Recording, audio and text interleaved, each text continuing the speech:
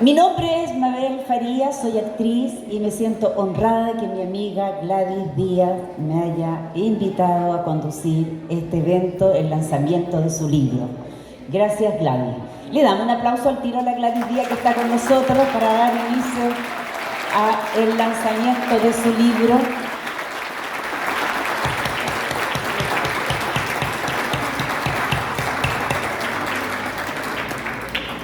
Aferrada a mi balsa.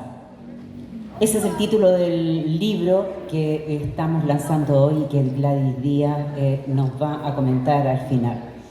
Gladys es sobreviviente de este lugar que antes del 73, como ustedes saben, era la hermosa Villa Grimaldi, propiedad de la familia Vassallo.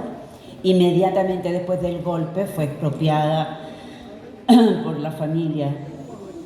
Fue expropiada a la familia, y pasó a llamarse Cuartel Terranova. Uno tirita con este nombre, Cuartel Terranova. Hoy en democracia es el Parque por la Paz y Teatro. Me dice Alejandro que este preciso lugar es el teatro, pero todo es el Parque por la Paz Villa Grimaldi. Agradecemos la presencia de ustedes en este sitio de memoria y saludamos a los asistentes que nos acompañan. Primero la familia de Gladys, su hermana, sus hermanos, sobrinos, cuñada, a las compañeras y compañeros sobrevivientes de este lugar, a la cineasta militante del MIR y sobreviviente de ese 5 de octubre fatídico en que asesinaron a Miguel Enrique, Carmen Castillo. Nuestra querida Carmen Castillo está con nosotros.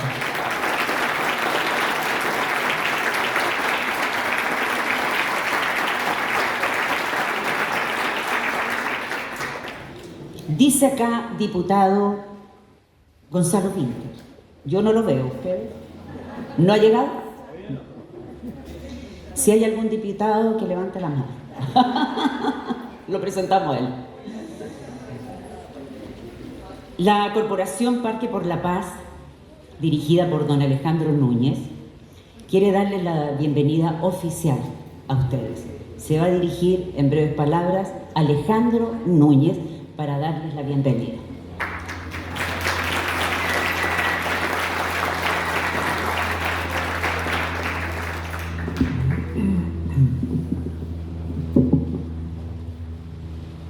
Buenas tardes. El libro que hoy presenta nuestro Parque por la Paz, Aferrada a mi balsa, de la compañera Gladys Díaz, sin duda forma parte imprescindible de la memoria de Villa Grimaldi, cuando esta era el ex cuartel Terranova dirigido por la Dirección de Inteligencia Nacional DINA, aparato de terrorismo estatal de la dictadura. En la reseña de presentación del mismo se destaca el rol que juega la solidaridad y el amor, fortaleciendo al colectivo en los momentos más horribles, los momentos en que se cruzan todos los límites del respeto y la dignidad humana, cuando el régimen busca destruir cruelmente a los prisioneros como individuos y como colectivo. La solidaridad ejercida y la solidaridad recibida es lo que permite marcar la diferencia valórica entre la dictadura y la resistencia. En la persona y en la vida de la compañera Gladys Díaz se resume mucho de lo que se expresa en este párrafo. Militante histórica del movimiento de izquierda revolucionaria MIR. Como periodista era directora de su periódico El Rebelde y siendo mujer comprometida con el proyecto de sociedad que se enmarcaba en el proceso abierto por la Unidad Popular entre 1970 y 1973. Tras el golpe de Estado, no se asiló. Y el día 13 de septiembre la dictadura emitió un bando en que ordenaba entregarse a todos quienes trabajaban en el semanario Punto Final, y Gladys estaba entre ellos. Así pasa a la clandestinidad y por seguridad que ello implicaba le obligó a vivir en distintos lugares de Santiago, en la población José María Caro, en el barrio Bellavista o en un conventillo en Quinta Normal. Y así como cambiaba de vivienda, también mudaba su nombre. Se llamó Nadia, Patricia, Isabel, y bajo el nombre de Renata, que la detuvieron en un departamento de Avenida Bilbao con los Leones el 20 de febrero de 1975. Tras su detención y secuestro, Gladys es trasladada a este espacio cuando era el cuartel Terranova, en donde permanece 3 meses, sufriendo los vejámenes y torturas para destruirla como persona, como mujer resistente, cuestión que no lograron. De aquí la trasladaron a Tres Álamos y después al exilio, Alemania, Italia, Nicaragua y Argentina. Supieron de su transitar y de la historia de ella y de tantas que estuvieron secuestrados y detenidos y fueron hechos desaparecer, y por quienes hasta el día de hoy, seguimos exigiendo verdad y justicia. Pese a todos los horrores, sobrevivió, y su valiente testimonio permitió que muchos criminales hoy estén en prisión. Gladys ha afirmado en más de una ocasión que su supervivencia es un misterio para ella, incluso hoy, 50 años después, y que tal vez me salvé para contar la historia. El 8 de mayo de 2010, para la inauguración del Memorial del MIR, que está aquí en Villa Grimaldi, y en el que están grabadas las placas de cobre de los nombres de 580 militantes, Gladys fue la oradora principal y se dirigió a los presentes señalando: construyamos en este día una realidad que los contenga a todos, que no falte ninguno, que vengan de todos los espacios en que se les arrebató la vida, a juntarse con nosotros y, sintiéndonos nuevamente jóvenes, compartir con ellos la asamblea decisiva, el congreso aún pendiente, y que el tema central de esta gran reunión que nos convoca a todos, sobrevivientes y muertos, sea el reconocimiento a nuestros héroes y mártires, a su compromiso ejemplar, a su sacrificio en la plenitud de su quehacer, a su legado de honor y dignidad. Libros como el tuyo, querida compañera Gladys, con memoria, esperanza y amor, seguro que nos acercan a ese día. Muchas gracias.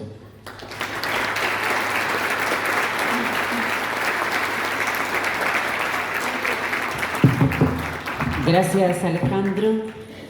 Me dicen que está María Luisa Poblete, amiga de Gladys, ex embajadora de Nicaragua en Chile. ¿Estás por ahí, María Luisa, para que te saludemos? Allá está. Gracias por venir. A continuación, en nombre de Seibo Ediciones, la editorial que nos permite estar hoy haciendo el lanzamiento de este libro, nos entregará unas palabras su director, Dauno Totoro.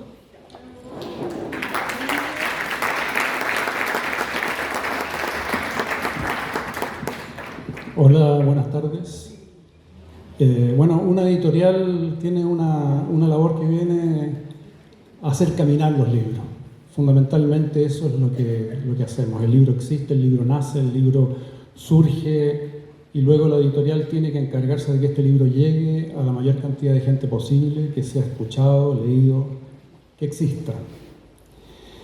Queremos agradecer a la Corporación Parque por la Paz Villa Grimaldi por el espacio y por la acogida que nos han dado, y sobre todo a Gladys Díaz por confiarnos a nosotros, Seibo Ediciones, esta tarea que viene ahora, ¿no? La de hacer andar el libro. Como editores queremos destacar, hemos hecho ya muchos libros de crónica, memoria, investigación periodística, todos ellos son distintos, y últimamente hemos estado muy reconfortados, muy entusiasmados, dándonos cuenta de que está empezando a primar una especie de escritura que es nueva en Chile, que no ha tenido mucho desarrollo y que Gladys aborda aquí de manera excepcional, y que es la novela de no ficción, es decir, contar la historia pero darle un tono narrativo distinto, es decir, no es la crónica, memoria dura, pesada a la que estamos acostumbrados, sino un libro impactante, versátil, que hermana de manera mucho más cercana al lector y a la lectora con el autor o autora, ¿no? Eso es fundamental, es imprescindible, y estamos muy entusiasmados con esta tendencia, esta corriente que está generándose hoy en Chile. Y a este mismo respecto, quería decir que hay golpes en la vida que demuelen sueños y esperanzas individuales y también colectivos. Y estos golpes pueden ser, si uno hace una relación metafórica, impactos sobre la superficie de un gran espejo en el que se refleja la imagen del sueño compartido. Lo que no saben, y nunca supieron y no sabrán quienes destrozan este gran espejo, es que cada trocito, cada pedacito que sale volando luego de que le pegan la patada o el culatazo al espejo, cada fragmento, por cuestiones de óptica, de física, tiene la capacidad de contener y reflejar lo mismo que el espejo grande. Por chico que sea el pedacito y por grande que haya sido el gran espejo, aquello que está en el pequeño fragmento tiene la misma capacidad de reflejo. Si nos asomamos a uno de esos fragmentos, si nos acercamos a la vista uno de esos fragmentos, podemos ver lo que antes reflejaba el cristal completo. El acto de memoria, entonces, de narrar la memoria, resulta en el esfuerzo por recolectar cada fragmento y unir todas estas historias. Pero ojo, que el espejo original no se puede reconstituir, no se recompone, quedan fisuras, defectos, quedan unos pedacitos apuntando ligeramente fuera de la horizontal. Y estas se llaman experiencias propias, individuales. Es entonces el resultado, al unir todos estos espejos, estos pedacitos de espejo, ya no la imagen original, sino que la suma de estas imágenes individuales, de esta experiencia, de esta historia de cada uno. Es entonces una imagen mucho más rica, más profunda. Saludamos nosotros este nuevo cristal que viene a reflejarnos de manera magistral una historia imprescindible. Muchas gracias.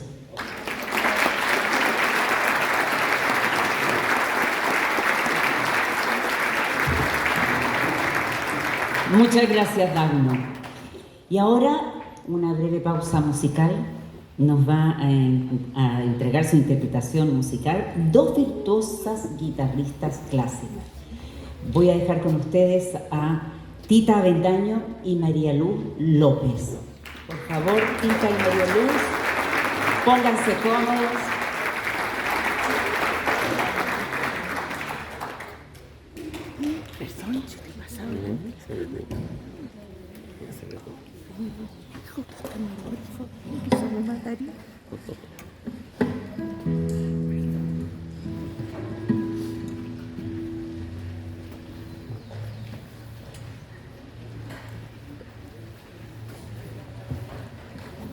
Primero que nada, queríamos agradecer este honor de poder estar aquí en el lanzamiento del libro de mi querida amiga Gladys Díaz. Realmente un honor, conociendo su historia y conociendo su corazón. Muchas gracias. Así que lo dedicamos con mucho cariño para ti y toda la audiencia que ha venido a acompañarte.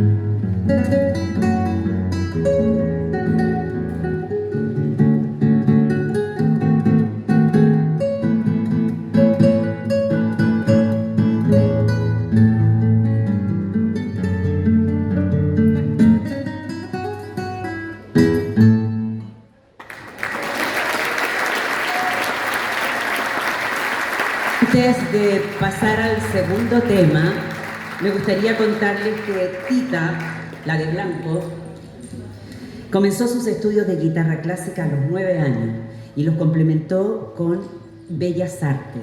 Esto le ha permitido realizar exitosas presentaciones en Europa, Latinoamérica y Japón. Démosle un aplauso a la Tita, que es una virtuosa guitarrista.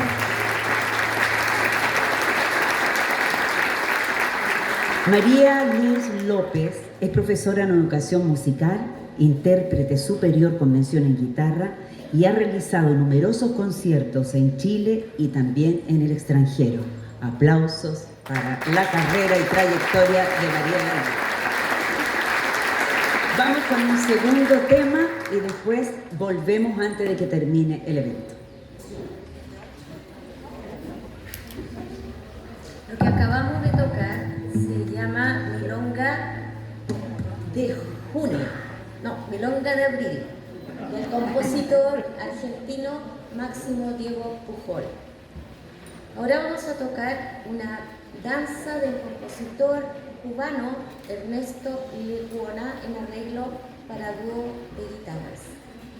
Esta es la danza negra.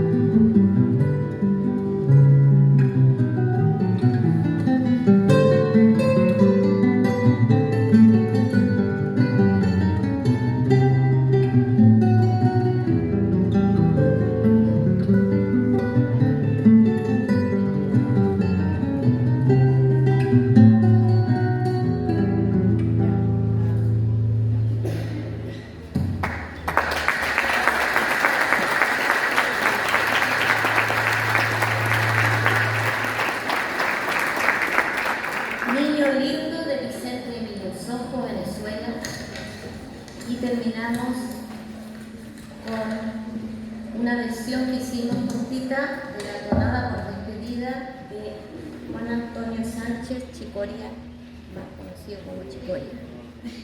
Tonada por despedida.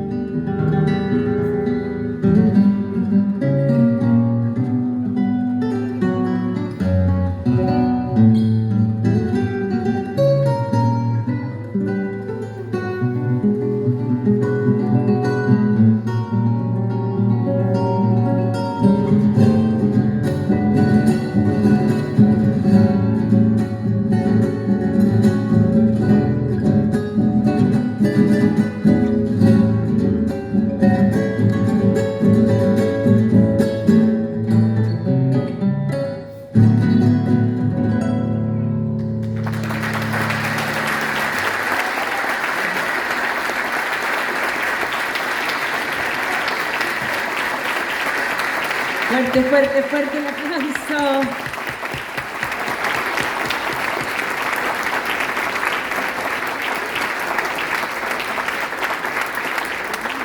Qué lindo, está saliendo muy bien este evento, qué cálido. ¿Eh? Y aprovechamos de saludar al diputado Frente Amplio, don Gonzalo Winter, que sí llegó. Casi lo reemplazamos, diputado. Según palabras de Gladys, este libro refiere su experiencia en la oscura época del Cuartel Terranova y de cómo opera la condición humana cuando se viven momentos límites en donde las posibilidades de vivir o de morir dependen de órdenes irracionales, carentes de toda humanidad y compasión. Pero en esos momentos extremos se detonan también otros valores generosos que nos llevan a lugares donde la fraternidad de los perseguidos y torturados, en este caso, suma fuerza, se produce férrea amistad, empatía, integridad, confianza, amor. Eso se mantiene hasta ahora. Gladys se ve periódicamente con toda la gente con la que compartió esa oscura noche del Cuartel Terranova. De igual modo queremos también sumar a este lanzamiento un documental que nos dejó Gloria Camiroaga, quien partió el año 2006. Gloria Camiroaga era pedagoga de filosofía, especializada en videoartes y videos políticos, y tal vez una de las mejores documentalistas del país. Hemos querido sumar este documental al lanzamiento porque recoge las palabras de sus protagonistas.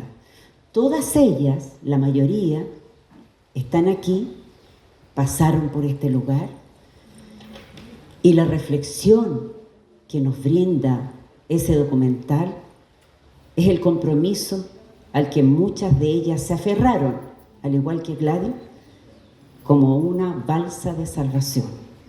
Me piden, a modo de acotación, que les diga que este video que grabó Gloria Camiroaga fue hace muchos años atrás. Ellas se veían mucho más jóvenes. Hoy día, cuando las distingan, van a ver que el tiempo ha hecho lo suyo. Vamos con el video entonces, La Venda.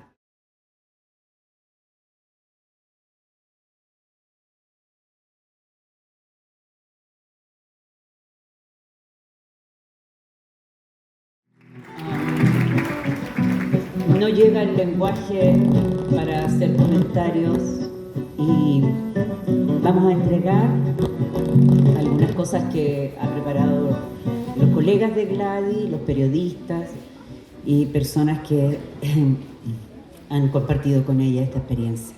Soledad Castillo, ¿estás lista? Soledad. Soledad trae un reconocimiento en nombre de las mujeres sobrevivientes de la barraca de 3 y 4 Álamos.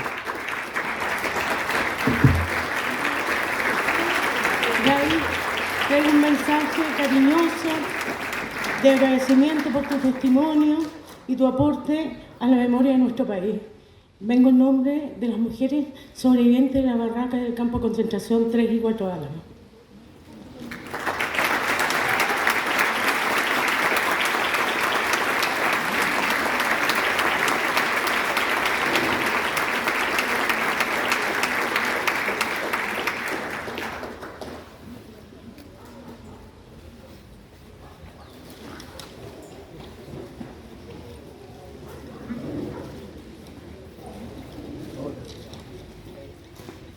Muchas gracias, Soledad. Muchas gracias. Y ahora vamos a pedir a la mesa de Don Camilo, que la Gladys quiere mucho, que pasen, van a pasar todos, porque te van a rendir un homenaje sorpresa. Este es un grupo de periodistas, todos sobrevivientes de la dictadura, y esta tarde quieren hacerte entrega de un ramo de flores gigante por tu valentía y consecuencia.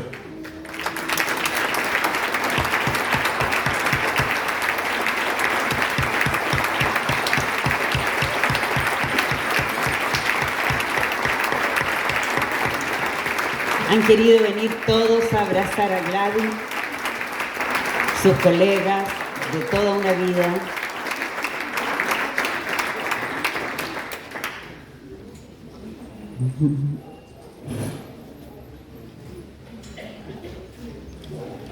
Son mis colegas de la década de los 70.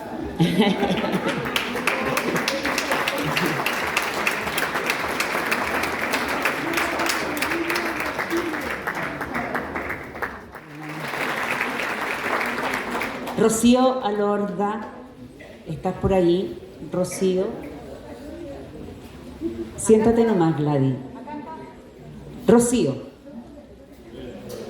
¿quieres decir unas palabras a Gladys? ¿Quieres abrazarla? ¿Quieres saludarla? ¿Qué quieres hacer?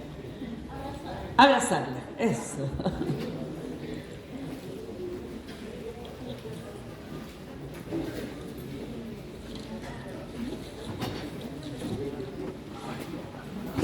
Cuando comenzamos el evento les dije que María Luisa Poblete era amiga y ex embajadora de Nicaragua, me equivoqué en el apellido. No es Poblete, es Robleto. ¿Está bien? ¿Estás por ahí, María Luisa? Ahora lo dije bien. Robleto. Muy importante. Y se encuentra también entre nosotros Gladys María Luisa Monkever. ¡Qué honor! ¿Dónde estás, María Luisa Monkever, periodista, Premio Nacional de Periodismo, destacada académica? Viene a saludar a Gladys.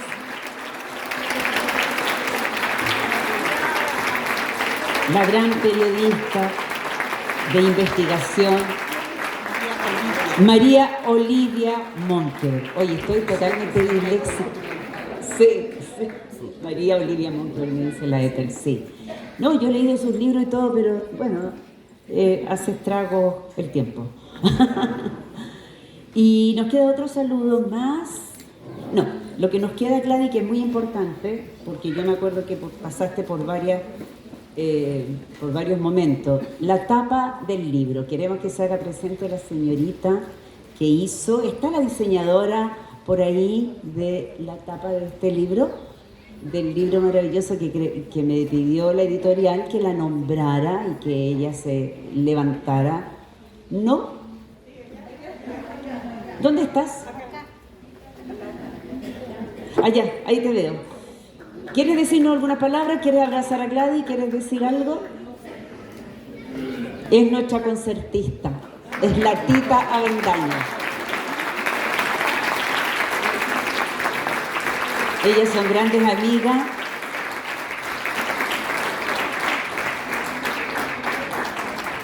Tita, ¿por qué no nos compartes un poquito cómo fue la elección? ¿Cómo llegaron a finalmente a esta hermosa etapa?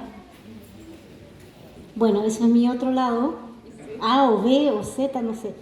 Es la verdad yo hice la ilustración, no el diseño. La ilustración es una técnica mixta de acuarela con grafito. Y bueno, me basé pensando en lo que quería Gladys. Ella me pidió, bueno, la torre es muy significativa. Lo más importante, las rosas, que ella me dijo que cada vez que la llevaban al baño iba vendada y lo único que sentía era el olor de las rosas, que no las vio nunca y se las imaginaba de todos colores, y ese oler las rosas la conectaba así como lo más profundo de lo espiritual, yo me imagino, ¿sí? La conexión que la hizo sobrevivir a tanto horror, ¿no? Entrando por el olor. Y bueno, entonces yo un día me inspiré, me concentré pensando en lo que ella me dijo. Hice esta composición, que son piezas separadas. O sea, la torre trabajaba por un lado, las rosas por otro, y el fondo por otro con grafito. Y bueno, me dejé llevar también. La torre salió como bien simbólica también. Y después hice como un collage con eso, porque me pareció que la situación era como un collage, así como de realidades tan distintas en varios sentidos que dije esto que tiene que ser un pegoteo de cosas que no estaban juntas, era una realidad aquí terrible. y el olor de las rosas que la llevaban, la hicieron sobrevivir, te ayudaron. Eso fue. Qué lindo, qué lindita, qué hermosa.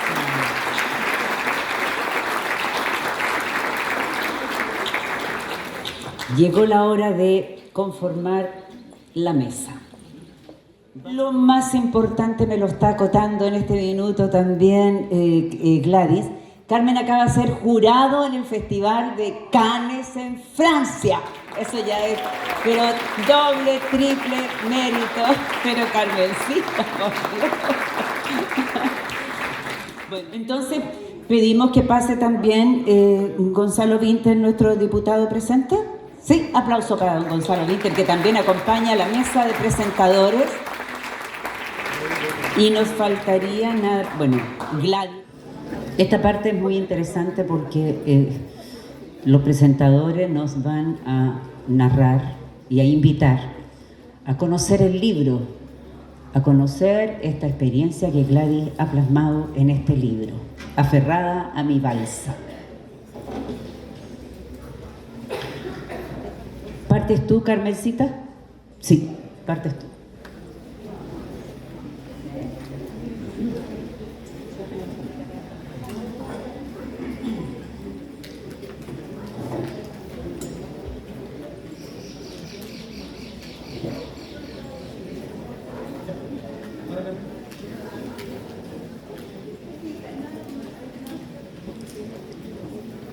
Cuando digan.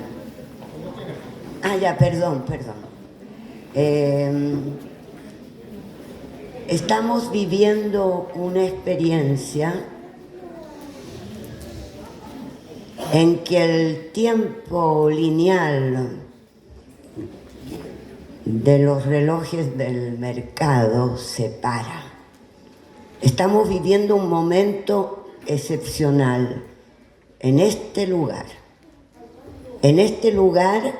desde el cual este libro es absolutamente, por favor, he leído tanto, ¿no? Este libro es extraordinario. Como decía su editor, es un libro de literatura, en que cada palabra es verdad, emoción al mismo tiempo.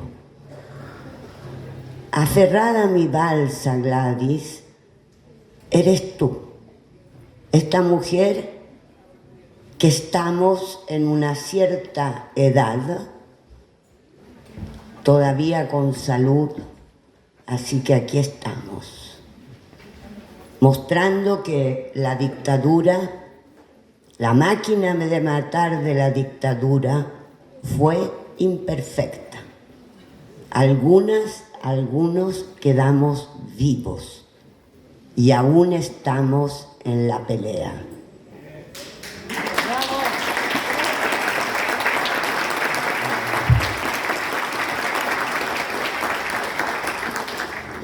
Este libro, Gladys, muestra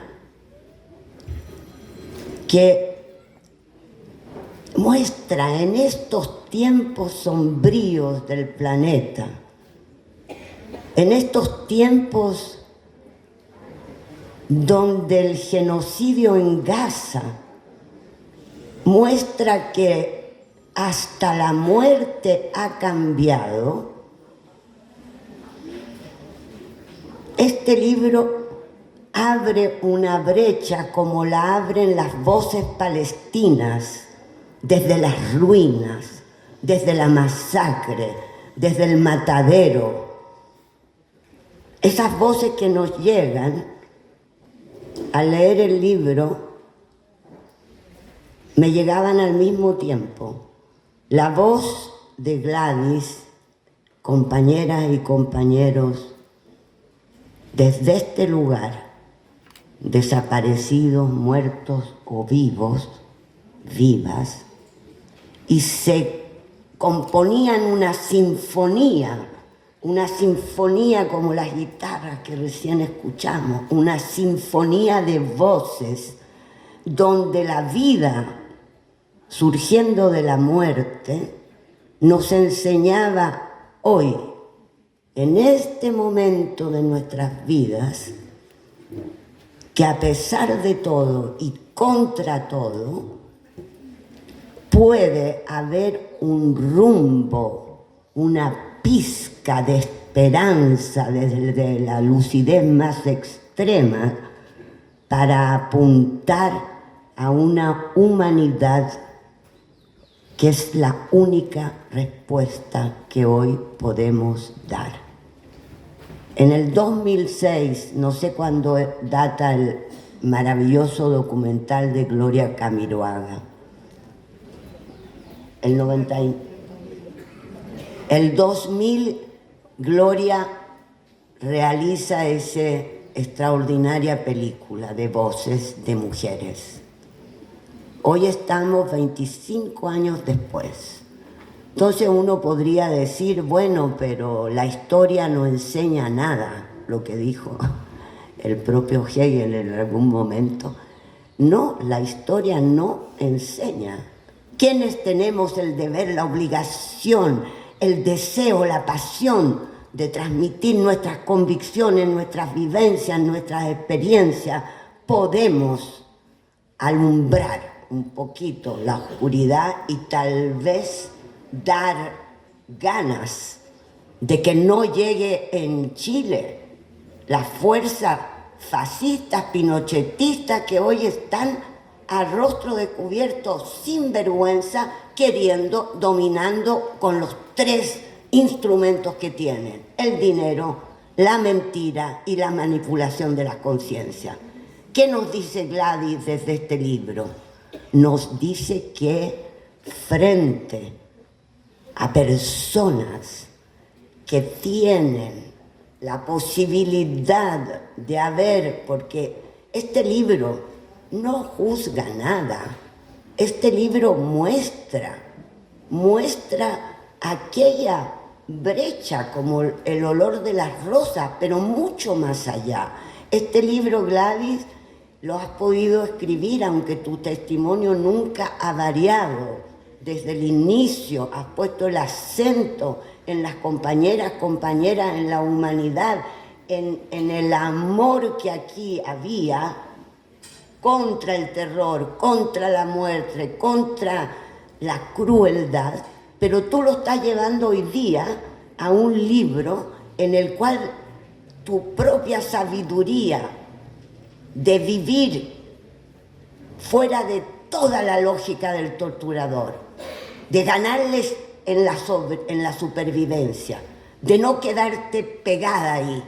Y cada compañera que habló en este maravilloso documental están vivas. Más allá de las violaciones, de los violadores, de los torturadores, ellas son la belleza. Y tú eres la que hoy, gracias a Dauno, a la posibilidad de que este libro circule a nuestros cuerpos, a nuestros sentimientos, porque eso es el libro. El libro no es pasó tal y tal cosa, me pasó tal y tal cosa a mí, soy víctima. Nunca Gladys Díaz es víctima, nunca. No somos víctimas, no pudieron. Para poder revelar el horror, la barbarie, las políticas de la crueldad, hoy tenemos que volver a mirar hacia atrás y contarle a los chilenos, a las chilenas, hay que contar que la tortura, que la máquina de matar está allí, en cada sufrimiento, humillación, vidas duras del pueblo de Chile. Si los políticos no hacen la conexión entre los sentimientos y la razón, entre el sentir y el pensar, entre el relato del pasado actualizado para que las personas comprendan su sufrimiento y puedan ligarlos a la dictadura, a Pinochet, al poder económico, a la razón económica. ¿Hasta cuándo? La política no es eso. La política no es la razón. La política son razón y emoción. Y se piensa, nunca solo, todos juntos, y este libro nos lo dice. No puedo alargarme porque tengo 10 minutos, pero subrayé este libro y quiero, por favor, que circulen lecturas, que circulen, no sé, que hagamos algo para que los cuerpos se conecten con los cuerpos, para que la política de los afectos, de la amistad, pueda revelar las políticas de la crueldad, del miedo y de la servidumbre voluntaria.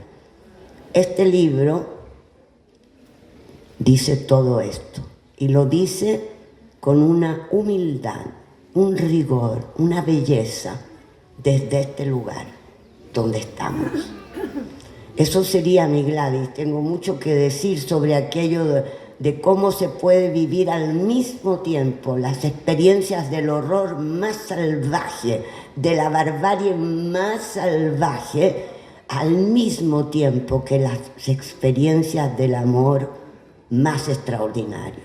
El amor no es una historia de amor. El amor es algo que Gladys expresa de una manera extraordinaria al hablar justamente de cómo surge de los sufrimientos, de las desgracias, de los dolores, si no aceptamos las pérdidas, las derrotas, los dolores, los sufrimientos, las desgracias, ¿cómo podemos ser seres humanos, personas plenas y amar como tú has amado y lo muestras?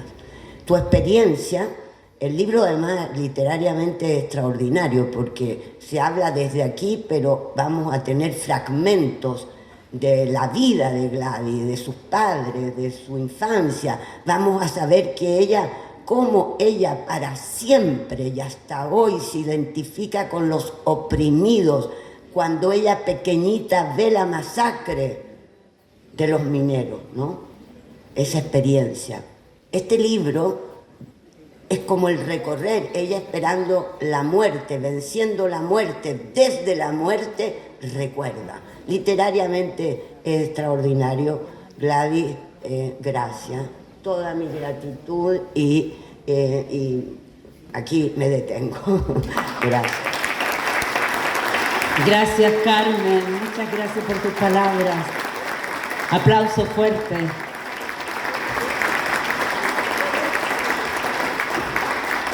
Vamos a escuchar ahora al diputado Winter, que va por la reelección por Santiago. Me dicen que eso es muy importante que lo diga, y es un momento cálido que nos permite pasar ese aviso, ya que estamos en aires de elección. Diputado, su experiencia, lo que le pasó, lo escuchamos. Muchas gracias. En primer lugar, quiero saludar desde otro lugar a todos quienes aquí han hecho tanto por el país al que yo amo, por la causa, por los principios y valores que nos hermanan, y sobre todo desde una cierta insolencia de quien no ha tenido que poner el pellejo de la forma en que muchos de los aquí presentes lo han hecho. Quiero presentarles mis respetos más humildes. Y la humildad no es lo que se me da más fácil.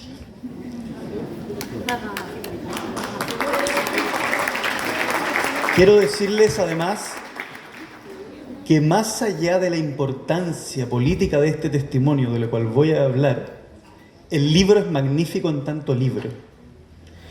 Y sin ser una persona con credenciales literarias, voy a tratar de explicar por qué me pasó como lector, antes de decir qué me pasó como ser humano. El libro hace que la experiencia del lector vaya en un paralelo totalmente pegado a lo que va viviendo Gladys minuto a minuto. Hay un punto del libro en que yo pensé, de verdad, hace mucho rato que no va al baño. No, en serio, es que no es... Porque como te va contando, entré, salí, comí, etc., empiezas a entrar en la lógica. Y cuando te empiezas a angustiar por cómo llegamos a esto, vienen los momentos del pasado que hacen que la biografía de Gladys entre en un paralelo con la historia de Chile, que te hace que su causa tenga todo el sentido del mundo. Y luego hay momentos del libro en que, para que se hagan una idea, cada vez que Gladys duerme y sueña, es también un descanso para el lector, porque uno como lector que queda abrumado de ciertos capítulos, pasa a un cierto descanso en donde, en la libertad que aún conserva la mente, podemos vivir una experiencia más gratificante. Creo que este libro me ha hecho sentir, Gladys, en una intimidad contigo durante la semana que me ha hecho sentir entrometido.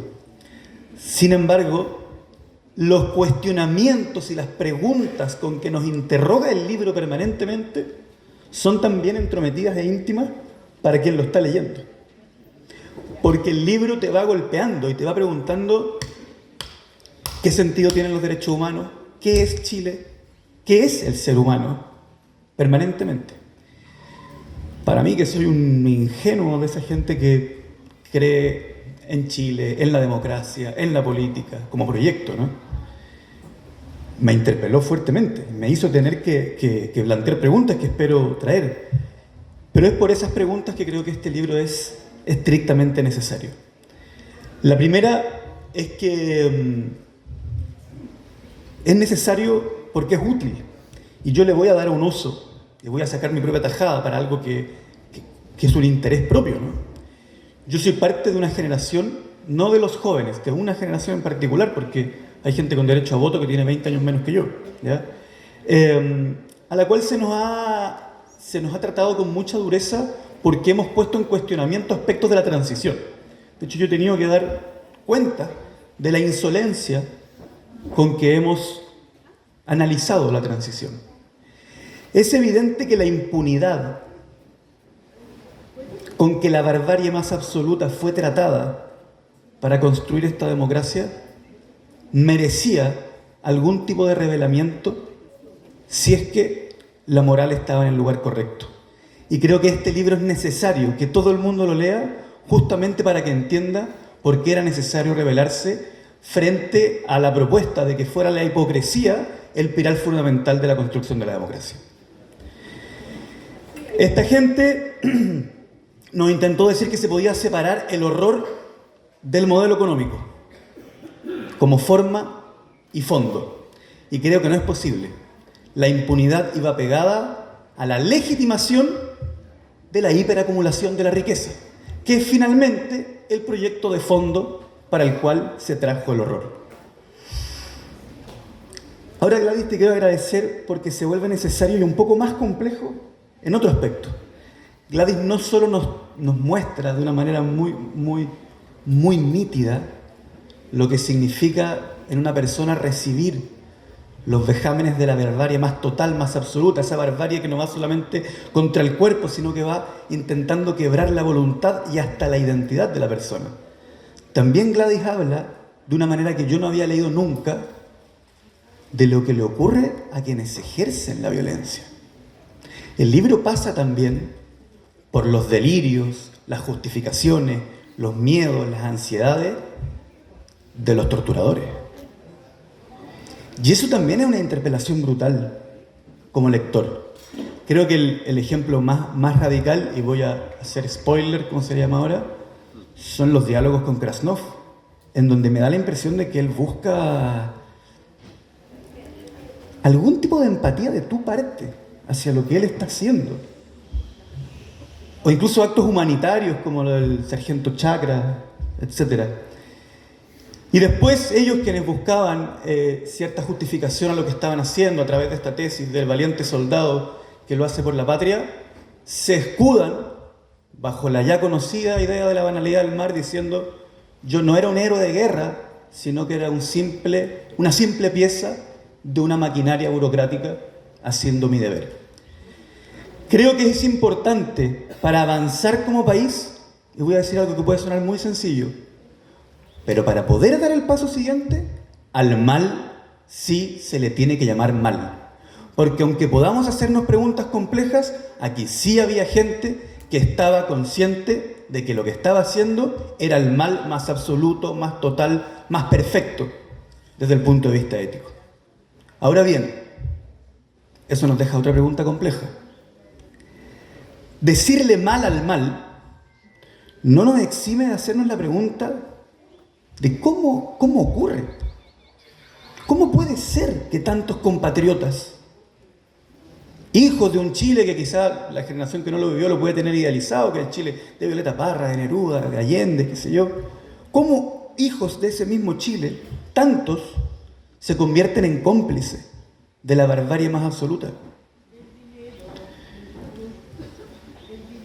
Pero eso nos hace preguntarnos también por la condición y la naturaleza humana, lo que lleva a que esto también se vuelva necesario. ¿Para qué? Yo recuerdo que cuando yo tenía 20, nos interesaba la discusión sobre la revolución. Y la discusión sobre los derechos humanos la teníamos en la periferia de nuestra atención. La teníamos subordinada. Queríamos hablar del socialismo. Creo que es súper importante y que este libro me plantea o me golpea diciéndome: las dos cosas son importantes. Las dos cosas son importantes. Tanto tus causas como tu compromiso absoluto y tu adscripción a las formas de los humanos. Es también necesario para recordar que la justicia y la memoria no tienen que ver con el pasado, tienen que ver con el presente. Que todo el país conozca la historia es también que todo el país conozca de qué son capaces las personas, para bien y para mal. No tiene que ver con ser culto respecto de lo que ocurrió, tiene que ver con saber esto puede ocurrir. ¿Cómo hacemos para que esto no ocurra? Y traigo, si me permiten otro spoiler, un momento que para mí fue particularmente desgarrador y que no tiene que ver con tortura, que es el diálogo que tuviste con el presidente de la Corte Suprema, en donde Gladys le pregunta: bueno, ya que usted está aquí, quisiera preguntarle por mi marido, que aún se encuentra en condición de desaparecido. Y él le responde, tenía la cita textual, pero perdí el documento, le responde algo así como: su pregunta es una impertinencia, salga de aquí y le recomiendo dejarse de molestar. Una cosa así. Como una persona que, como dije anteriormente, inocentemente sigo creyendo en el derecho como un lugar que puede impartir justicia, en la política como una forma de distribuir los bienes en la sociedad. ¿Cómo puedo volver a creer en la política o en la democracia después de leer eso? Bueno, poniéndonos límites éticos claros junto a nuestras causas.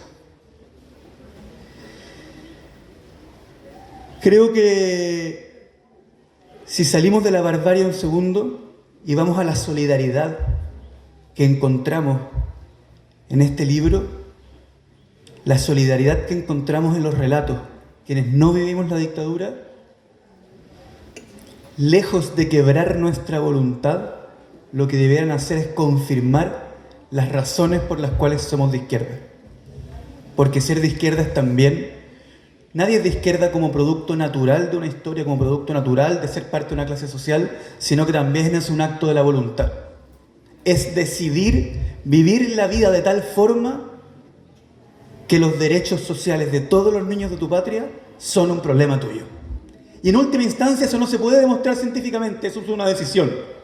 Es tomar la decisión de que todos los niños de Gaza son de alguna forma primos de mi hijo. Es una decisión. Y la solidaridad encontrada en esta historia nos confirma que hay un aspecto del ser humano que hace que valga la pena amarlo.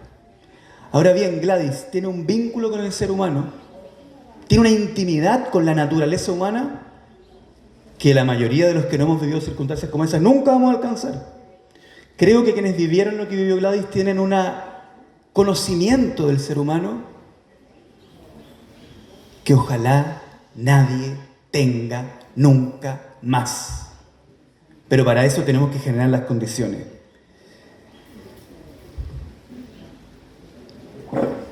Si me permiten leerles una última cita. Quedé tan sobrecogido con el libro que hice algo que no hago nunca en mis tareas como esta, que es que vine con mi señora, mi hijo y mis amigos. La adscripción al amor a la humanidad que Gladys nos dice es posible porque conoce al ser humano en su peor condición y en su mejor también, es una causa por la cual vale la pena vivir, separando el bien y el mal. Y quiero decir algo que puede sonar tan pequeño, tan simplón, pero tomar la decisión todos los días de ser bueno y no ser malo es una forma de vivir que hace que la vida valga la pena. Y creo que quizá el día de mañana, cuando mi hijo esté leyendo a Hegel y a Nietzsche, va a decir: ¿cómo mi papá creyó que era interesante una frase tan sencilla como ser bueno y no ser malo? Bueno, porque con el tiempo te vas dando cuenta que no es tan difícil. Y por último les comento que le escribo a mi jefe de gabinete, Ariel Salino, porque tuvimos una discusión con mis asesores, para que se hagan una idea: uno hijo de padre y madre comunista, uno hijo de padre y madre mapu, la otra que fue parte de lo que quedaba del MIR en los 80. Tuvimos una discusión, entonces antes le escribo por WhatsApp un garabato, ¿cierto? Y le digo: estoy muy sobrecogido, no sé cómo estar a la altura de lo que estoy leyendo. Y él me responde: permiso, perdón, estoy leyendo una conversación privada. Le digo: no sé cómo estar a la altura de Gladys Díaz. Dice: me pasó lo mismo, la única respuesta que encontré fue que estar a la altura no se va a jugar en la presentación del libro, sino que vamos a tener que seguir levantándonos todos los malditos días a intentar ganar. Muchas gracias, Gladys.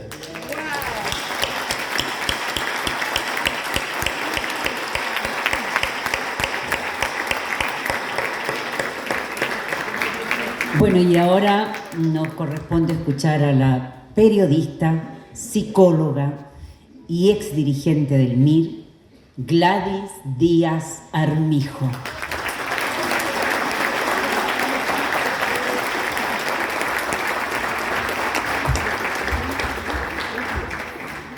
Bueno, yo quise traer por escrito lo que quiero decir para que no me traicione la emoción de este día tan importante en mi vida, porque quería estar acompañada, bien acompañada, con las caricias de los que me quieren.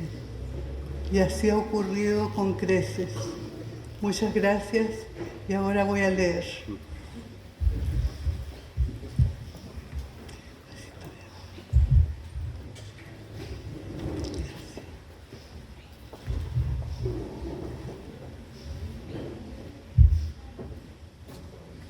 Vivo este momento casi con perplejidad, porque se demoró 50 años en producirse y ocurre cuando ya creí que no sería posible. Llegar aquí y sentirse acariciada por la amistad y el cariño de cuantos me acompañan es algo que no hay palabras suficientes para agradecer. Doy en primer lugar mi agradecimiento y la bienvenida a la presencia de mi hermana Noemí, mi hermano Gustavo, todos mis familiares que me acompañan, a mis compañeras hermanas con quienes compartí este lugar en aquel lejano 1975 o compartí con ellas el presidio en el campo de concentración de Tres Álamos. Saludo la presencia y cooperación incondicional de mis amigas periodistas de los años 70, organizadas fraternalmente en el grupo Janequeo, del que formo parte. También agradezco la presencia del grupo de periodistas hombres y mujeres que ustedes ya conocieron, llamados la Mesa de Don Camilo, y al que me honro en pertenecer. Agradezco la presencia de los familiares de los detenidos desaparecidos con los cuales compartí la torre de este lugar.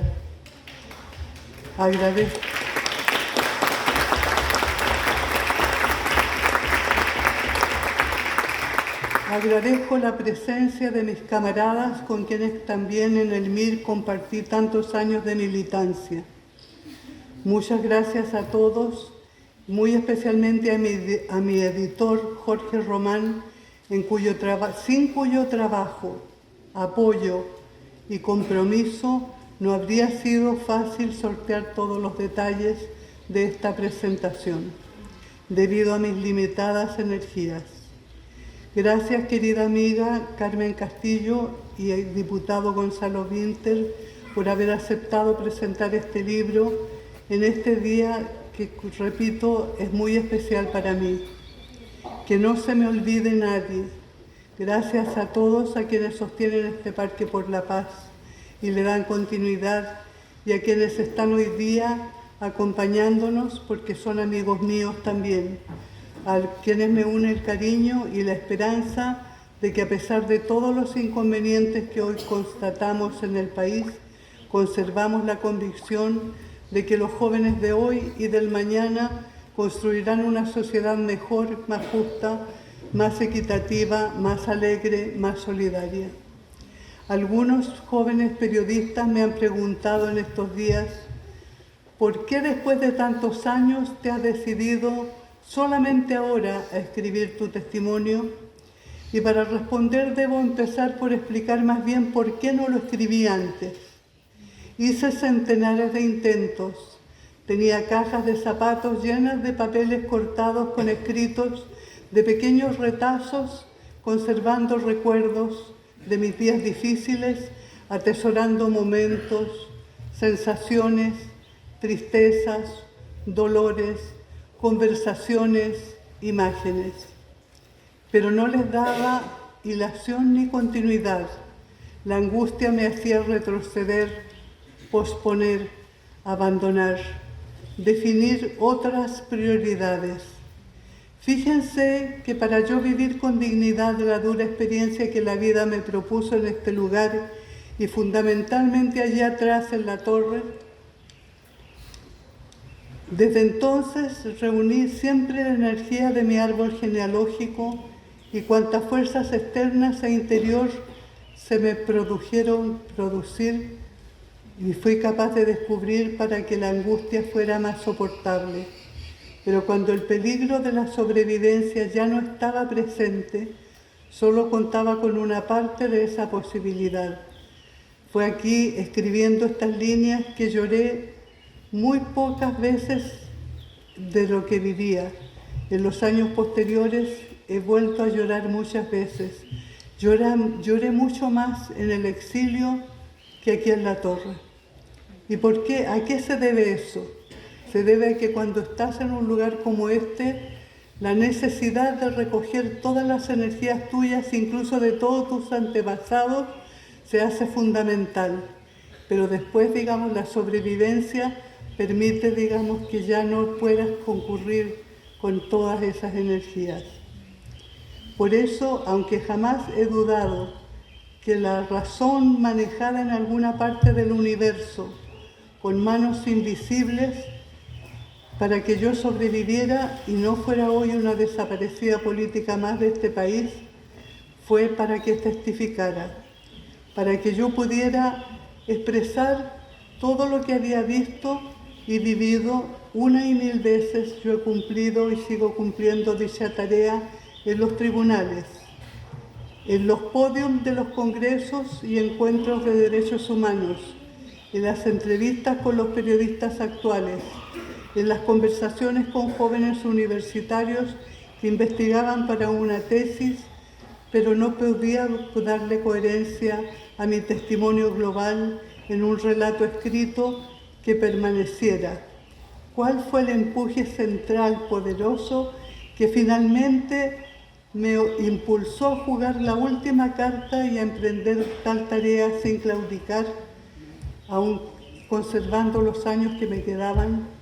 ¿Qué fue lo que me hizo sentir que no podía seguir amparándome en el dolor de los recuerdos? Dos cosas fundamentalmente.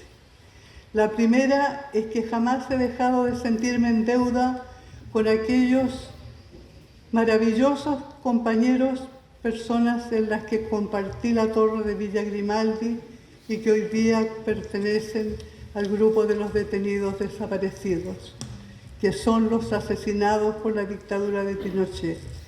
En segundo lugar, la vida me ha puesto involuntariamente, especialmente en los últimos 20 años, en un lugar de testigo privilegiada de esa época oscura, primero por ser yo periodista, también por ser una mujer anciana y además por haber sido militante en la clandestinidad, militante bajo la represión, militante en el campo de concentración, militante en el exilio, militante incluso de la vida. Por mi causa han pasado centenares de jóvenes pidiendo información, comentarios, testimonios, análisis, consultando detalles, precisiones para sus libros, para sus tareas en el colegio, para tareas en sus trabajos en la universidad, para funcionar mejor en el accionar político. Con muchos de ellos y ellas he terminado siendo amiga. Algunos de ellos hoy también me acompañan en este lugar. Últimamente, cuando me lo solicitan, he tenido que decirles a esos jóvenes que posterguemos las entrevistas o que las limitemos a un aspecto acotado, a un espacio acotado de tiempo, porque mi cuerpo suele reclamar los años vividos y aporreados y necesitan reposo. En esta última experiencia de reconocer que no somos eternos, encontré la fuerza para escribir sin detenerme, y ello me obligó a pasar por encima de mis lágrimas, de mis difíciles recuerdos, de soportar que mi cuerpo al revivir se enfermara nuevamente y se volviera a magullar con sangre vieja. La certeza de que mis tiempos de testigos estaban cada vez más limitados es la razón por la que estamos aquí, ustedes y yo, reconociendo mi aporte, mi grano de mostaza a la necesidad de mantener por siempre la memoria de lo que hemos vivido y cuyo alimento constante por sobrevivientes y convencidos evitará que las generaciones futuras lo vuelvan a sufrir. No es fácil transmitir a quienes no lo vivieron y muchos ni siquiera habían nacido que el poder omnímodo de los poderosos, cuando quiere aplastar lo conquistado por el pueblo para satisfacer o recuperar sus apetitos o intereses, no tiene mejor instrumento que la brutal represión para lograrlo. Y es el aparato militar, su servicio de inteligencia, el que lleva la delantera en este ejercicio de trabajo sucio.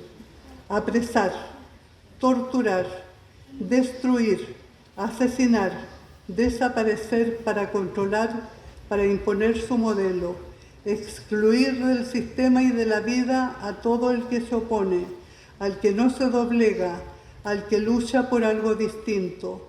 Pero en este ejercicio del poder total de unos sobre otros, hasta que ellos se permiten la decisión suprema de quien vive y quien muere, ocurren caminos tortuosos o liberadores de opresores y oprimidos, permitiendo aflorar lo peor o lo mejor del ser humano.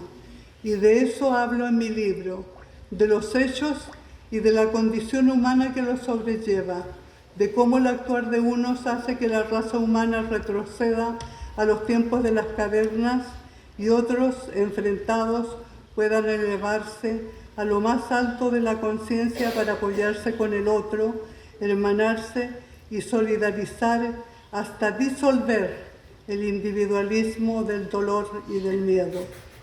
Me conforma esperar que la lectura de mi libro haga revivir a los lectores junto con las penas, los dolores, el sufrimiento causado por el poder que se siente impune, también reciba la grandeza del ser humano que resiste, que busca seguir libre a pesar de la venda, de las cadenas, de las esposas, y que se juega la vida por algo superior, por preservar la resistencia. La idea es que mis líneas también aporten para tomar en cuenta, aunque sea en un mínimo bosquejo de cualquier futuro proyecto para construir una sociedad nueva, la inclusión del valor de la amistad, la cohesión, la fraternidad, la solidaridad, la visión del otro como un hermano con el que unir fuerzas para construir en comunidad. Aquí en la Villa Grimaldi nos permitimos vivir la convicción de que no es el individualismo que ellos profesan y que hoy prevalece lo que construye justicia o mejor calidad de vida. Ese principio básico de que todo organismo vivo alberga la necesidad innata de sobrevivir y que por lo tanto constituye un imperativo biológico lograrlo y que a la vez determinará nuestro comportamiento, podemos elegir vivirlo o en la soledad de nuestras limitadas energías y viendo al ser y al otro como un competidor o enemigo en todas partes, o también podemos elegir vivirlo sumando fuerzas organizadas, colectivas, con un objetivo superior que escape a la opción egoísta de vivir la vida, oponiéndome o defendiéndome de fantasmas construidos por el que maneja los hilos del poder. El testimonio ayuda a preservar la memoria, y la memoria es necesaria en todas sus formas, por múltiples razones. Esta vez voy a centrarme solamente en 3 de esas razones. La primera es para no olvidar a nuestros héroes y mártires que dieron su vida lo más preciado que el ser humano tiene por sus convicciones, por su compromiso profundo con el cambio estructural de la sociedad. En segundo lugar, la memoria es importante para nunca olvidar que otra sociedad mejor es posible y que durante la Unidad Popular estuvimos en ese camino, en ese intento. Y en tercer lugar, para mí la memoria es importante para romper el esquema individualista que nos imponen y que nos hace perder el sentido de realidad que estamos viviendo, que nos hace creer, por ejemplo, que nuestro opresor es nuestro defensor. Y finalmente quiero en esta oportunidad hacer una aclaración que estimo necesaria. En mi libro cuento algo de mi proceso de sanación psicológica que fue necesario para seguir viviendo de manera constructiva y sin amarguras, sintiéndome una sobreviviente y no una víctima. Fueron largos años de terapia, de trabajo interior, de escuchar a maestros y de aprender a ver en cada persona con la que me cruzo un posible maestro o maestra de vida. Ese esfuerzo de años reconozco en mi libro que me ha permitido disolver el odio, el deseo de venganza, las ganas de matar o de hacer lo mismo a ellos que me hicieron a mí. Anular esos sentimientos oscuros para mí ha significado liberarme de sus ataduras, de su podredumbre, ser el ser humano que quiero ser, exigir justicia y luchar por ello con la cabeza fría, sin emular sus comportamientos retrógrados que avergüenzan el avance civilizatorio de la raza humana. Ese ha sido mi proceso y respeto a otros que no han hecho esa elección. Cada uno elige la forma de sobrevivir a la barbarie y siempre será respetable como uno lo elija. Pero de los pocos que han leído el contenido de mi libro, porque el libro propiamente tal salió recién hoy día de imprenta,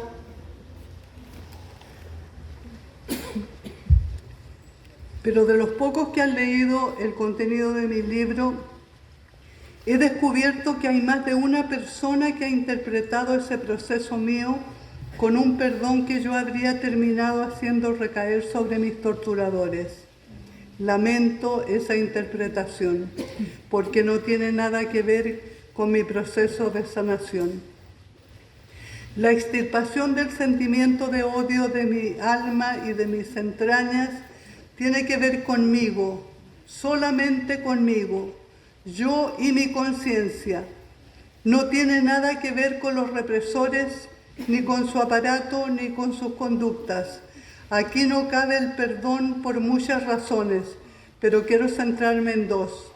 Yo creo que para que alguien perdone, primero los ofensores tienen que pedir perdón, y que yo sepa, aquí no solo nadie ha pedido perdón, sino que ni siquiera han aportado con la verdad de lo que cometieron, y más encima gente como Krasnov Marchenko niegan que fueron torturadores y pretenden ser simplemente analistas. Y en segundo lugar, dado que tuve en mi infancia y parte de la adolescencia formación católica, de esa iglesia aprendí que su concepto del perdón, y que es el que la sociedad ha instalado como suyo, tiene que ver con disolver la culpa del defensor hasta tal punto que desaparezca la ofensa.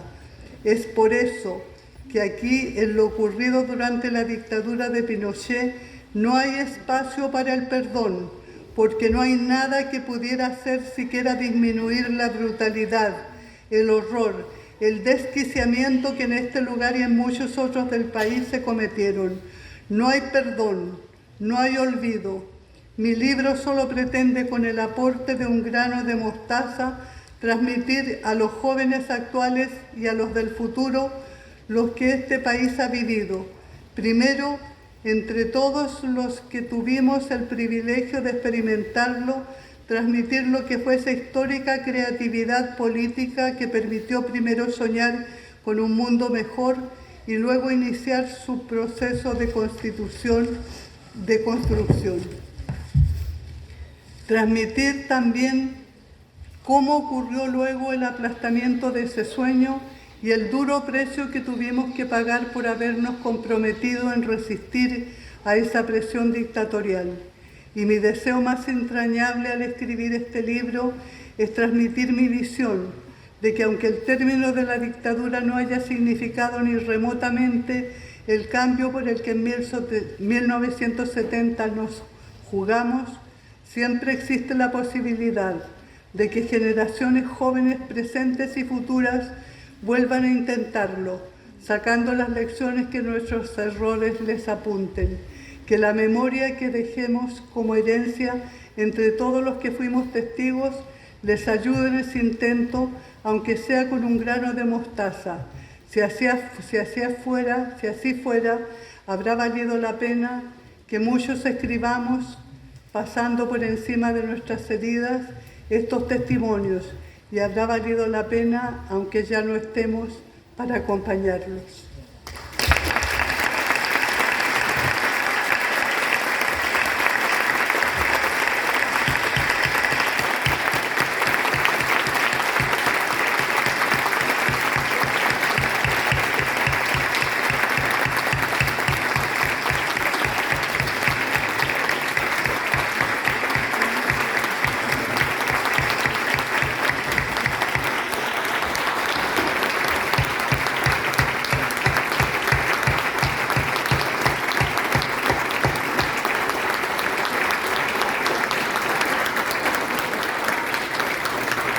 Gracias infinitas, Gladys, por tus palabras. Gracias por ustedes. Gracias por haber venido. Estamos llegando al final de este lanzamiento. Tenemos un vinito de honor para compartir con Gladys estos últimos momentos y los invitamos a que se abriguen y vayan a tomar un vinito de honor junto a Gladys. Muchas gracias por su presencia, gracias por haber venido, gracias por sus cálidas palabras y aplausos, gracias a todos los que participaron y cooperaron y estuvieron presentes en todo momento junto a Gladys.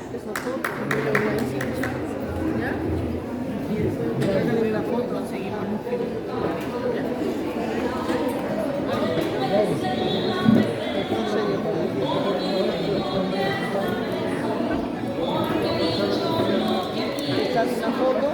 Aquí, está con la foto.